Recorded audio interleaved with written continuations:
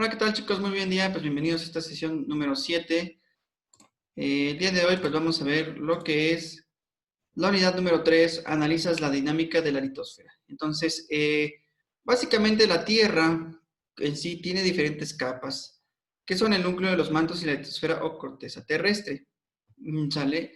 Eh, Aquí tenemos, por ejemplo, que entre la capa o subcapa existen zonas de transición de discontinuidades. Y esas son discontinuidades, son las de Gutenberg entre el núcleo externo y el manto, y las de Moravec entre el manto y la corteza terrestre. Entonces, aquí tenemos esta imagen que puede quedar más elusivo lo que les estoy comentando. Tenemos el núcleo, los mantos, como les comentaba, y la corteza terrestre. Entonces, básicamente, pues bueno, si lo transformamos a una imagen 2D, tenemos la corteza, manto superior, manto inferior, núcleo externo y el núcleo interno, ¿no? Y bueno, es lo que conocemos, ¿no? Realmente no sabemos si hay algo más allá dentro de la Tierra, ¿no? Bueno, básicamente el núcleo es la capa más profunda y tiene una temperatura que alcanza, imagínense, los 6.700 grados centígrados. Y su composición básicamente está basada en hierro y níquel. O tiene otros elementos como el azufre y el oxígeno, pero en realidad lo que más tiene es hierro y níquel. Obviamente su espesor es de 3.500 kilómetros y corresponde al 60% total del planeta. Entonces, imagínense, básicamente nosotros nos creemos seguros en nuestra Tierra, pero en realidad estamos sobre una capa magmática que en cualquier momento puede estallar y salir y cubrir todo, ¿no? Porque básicamente corresponde, imagínense, el 60% de la masa del planeta, ¿no? Pero bueno, a veces nos creemos todopoderosos y creemos tener el control sobre la Tierra, pero en realidad, pues, la Tierra es como una bomba de tiempo, ¿no? En cualquier momento puede estallar. Bueno, el manto es la capa intermedia de la Tierra y está localizada entre el núcleo y la corteza terrestre. Como les decía, está la discontinuidad de Gutenberg hasta la de Moravec, que está formada principalmente por silicatos de hierro y de magnesio.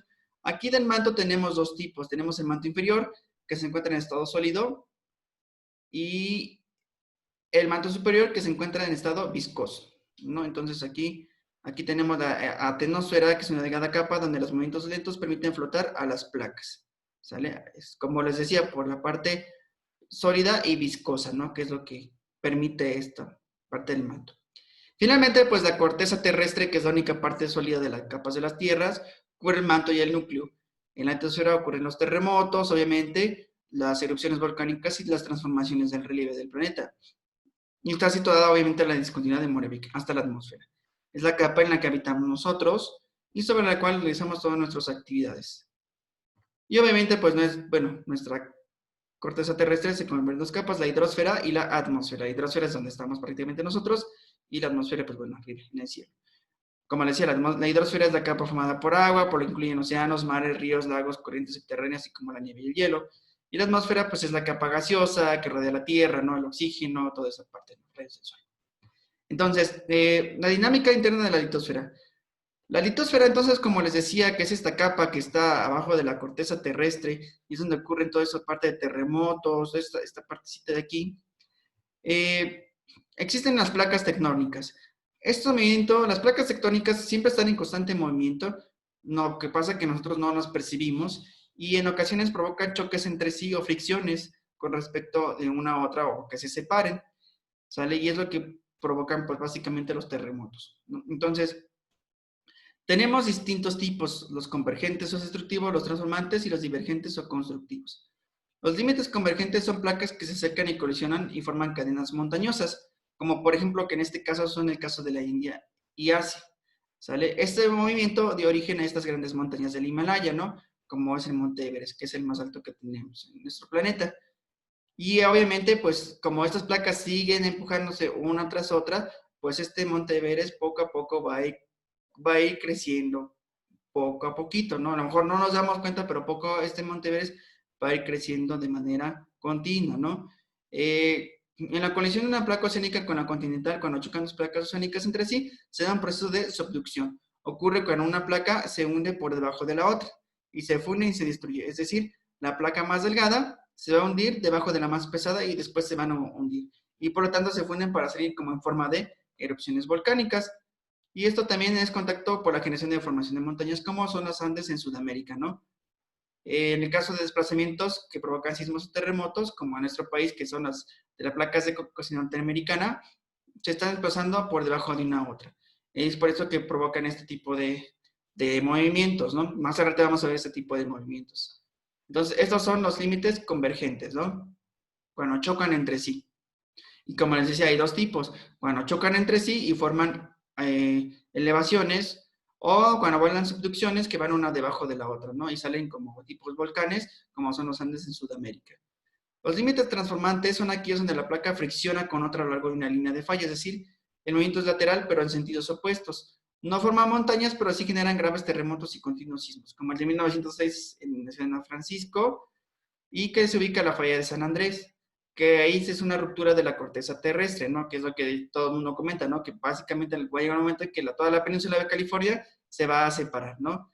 Y los límites divergentes que se dan en los océanos cuando desde grandes fallas en los suelos surgen magma del manto de la Tierra y provocando la separación de dos o más placas, dando lugar a nuevos suelos, ¿no? Como a las cadenas montañosas submarinas, como dorsales o profundas depresiones, como el Gran Valle de Rift en África Oriental. Entonces, fíjense, aquí les puse estas imágenes para que quede un poquito más en este sentido, entendido la parte de lo que conocemos. Entonces, como les decía, fíjense, los límites convergentes quedamos que es cuando las placas colisionan. Entonces, fíjense, aquí los límites convergentes es esta parte, ¿no? Chocan, ya sea que suban y formen montañas, o una se vaya debajo de la otra y forme como una cámara magmática, ¿no? Los límites transformantes, que fueron estos que les comenté, es cuando las placas rozan entre cada una de ellas. ¿Y qué es lo que provocan como fallas? O sea, que se separe la Tierra poco a poco, que es la famosa falla de San Andrés, ¿no? Y los límites divergentes son los que ocurren en los océanos, como que esta separación, y entonces sale este magma y provoca grandes dorsales, ¿no? O grandes valles. Entonces, estos son los tres tipos de movimientos de las placas tectónicas que tenemos. Bien, aquí les puse este mapita para que vean todas las placas tectónicas que en realidad tenemos en el mundo. Tenemos la placa del Océano Pacífico, la placa de Cocos, la placa del Caribe, la placa norteamericana, la placa sudamericana, la Nazca, ¿no? Entonces, aquí la Nazca y la Sudamérica están haciendo este movimiento, como les comentaba, ¿no? El transformante porque forman los Andes. Y aquí la placa de Cocos y la norteamericana están haciendo el movimiento de convergentes, ¿no? Tenemos la placa africana, tenemos la placa euroasiática, la placa arábica, la placa indoasiática, la placa de Filipinas y la placa pues, del Pacífico, ¿no? Como pueden darse cuenta, por eso nuestro país tiene muchas partes zonas sísmicas porque en realidad tenemos, imagínense cuántas placas tenemos, estamos chocando con una, dos, tres, casi cuatro, la del Caribe un poquito, no tanto, pero tenemos varias placas situándose en nuestro país, entonces por eso es que tenemos o sufrimos de esta parte sísmica, ¿no? Porque sí tenemos esta parte de demasiadas placas en nuestro país. Y bueno, como les decía, fíjense, aquí en nuestro país les puse este mapita para que vean cómo hacen estos movimientos. Tenemos la placa norteamericana, la placa del Pacífico, placa de Cocos, placa del Caribe. Entonces, pues sí, realmente tenemos muchas placas en nuestro país y por eso es que somos una nación con muchas zonas sísmicas. Bien, entonces, hablando de sismos, vamos a ver lo que es la sismicidad. Existen dos puntos importantes para estudiar los sismos. El hipocentro foco sísmico, que es el lugar donde se origina el movimiento de la Tierra, el movimiento del sismo, ¿no? Como les decía la vez pasada, ¿dónde fue el epicentro? Fue en Oaxaca, ¿no? Fue en Guerrero, ¿no? Con lo que siempre andan diciendo. El segundo es el epicentro epifoco, que es el lugar donde se reflejan esas ondas sísmicas, donde el origen es el lugar del impacto de la misma superficie. Por ejemplo, el epicentro, ¿no? Es el donde se origina el movimiento y el epicentro es hacia dónde fue toda esa parte, ¿no? Entonces, hipocentro y epicentro es la de las ondas sísmicas, hacia dónde llegó, ¿no? Los volcánicos son sismos locales de poca magnitud y duran poco tiempo, generalmente presentan antes y durante después de la actividad volcánica y no provocan muchos daños por en sí mismos. En cambio, los sismos de origen tectónico son provocados, como ya vimos, por estos choques de placas y son de gran magnitud y pueden durar varios minutos y ocasionan grandes daños, ¿no? Que es lo que pasa en nuestro país, ¿no? Por su movimiento, los sismos pueden ser oscilatorios cuando el movimiento es horizontal o circular, ¿sale? Y las sensaciones como de ir en una lancha o un barco en aguas agitadas. Y los trepidatorios son de movimientos verticales, es decir, de arriba hacia abajo, ¿no? Y estos ocasionan mayor daño. Realmente, por ejemplo, el sismo que ocurrió en 1985 fue de este tipo. Fue de tipo trepidatorio, por eso es que ocasionó grandes daños en 1985. Entonces, recuerden, entonces, Los oscilatorios son de forma circular horizontal, ¿sale?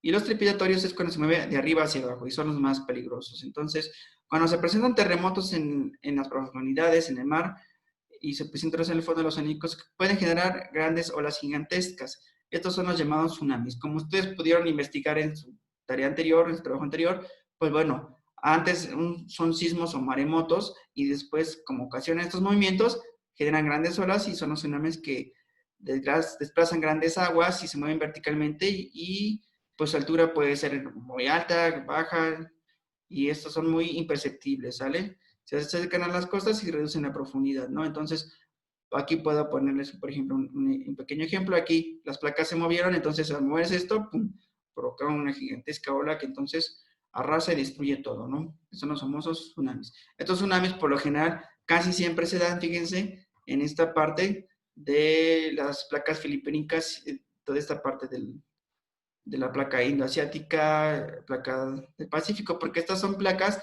de tipo divergentes, ¿sale? Que se abren, que se separan, que están provocando esta situación y pueden provocar esta parte de los tsunamis, ¿no? Entonces, toda esta parte es muy azotada por tsunamis, ¿no? Y lo hemos visto históricamente, ¿no? Y bueno, para continuar con el tema, pues ahora nada más lo que hay que hacer es, van a leer la siguiente actividad, tienen que leer el siguiente artículo, léanlo, está cortito, ¿vale? Nada más es una cuartilla. Y tienen que contestar las siguientes preguntas. Por ejemplo, ¿cuál es el tema central de la nota? Aquí son 3 preguntas, 3 posibles respuestas, seleccionen la que más la crean correcta. Según la nota, la magnitud del maremoto fue 9 en la escala de Richter y desplazó súbitamente cientos de kilómetros cúbicos de agua. ¿Por qué sería importante saber la magnitud del sismo? Y bueno, obviamente recuerden que tenemos ciertas escalas en escalas de Richter o ese tipo de situaciones, entonces, obviamente la más alta es como de 10, 12, ¿sale? Y la más baja es 4, 5, entonces 9 sí fue muy, muy fuerte. ¿Por qué se dice que las imágenes ofrecidas aportan mucha información sobre las zonas afectadas y el alcance de lo ocurrido en cada lugar? Entonces, lo mismo. Y 4, el desastre ocasionado por el tsunami es un problema a nivel local o también mundial, y por qué no. Y bueno, como decía, recuerden que esta actividad va a venir aquí abajo en su plataforma para que la contesten. Entonces, pues bueno, como ustedes ya saben, ahora pueden entender cómo se originan los tsunamis y cómo se originan los sismos, ¿no? Por el movimiento de estas placas tectónicas. Pues bueno, por mi parte sería todo. Cuídense mucho, nos estamos viendo pronto.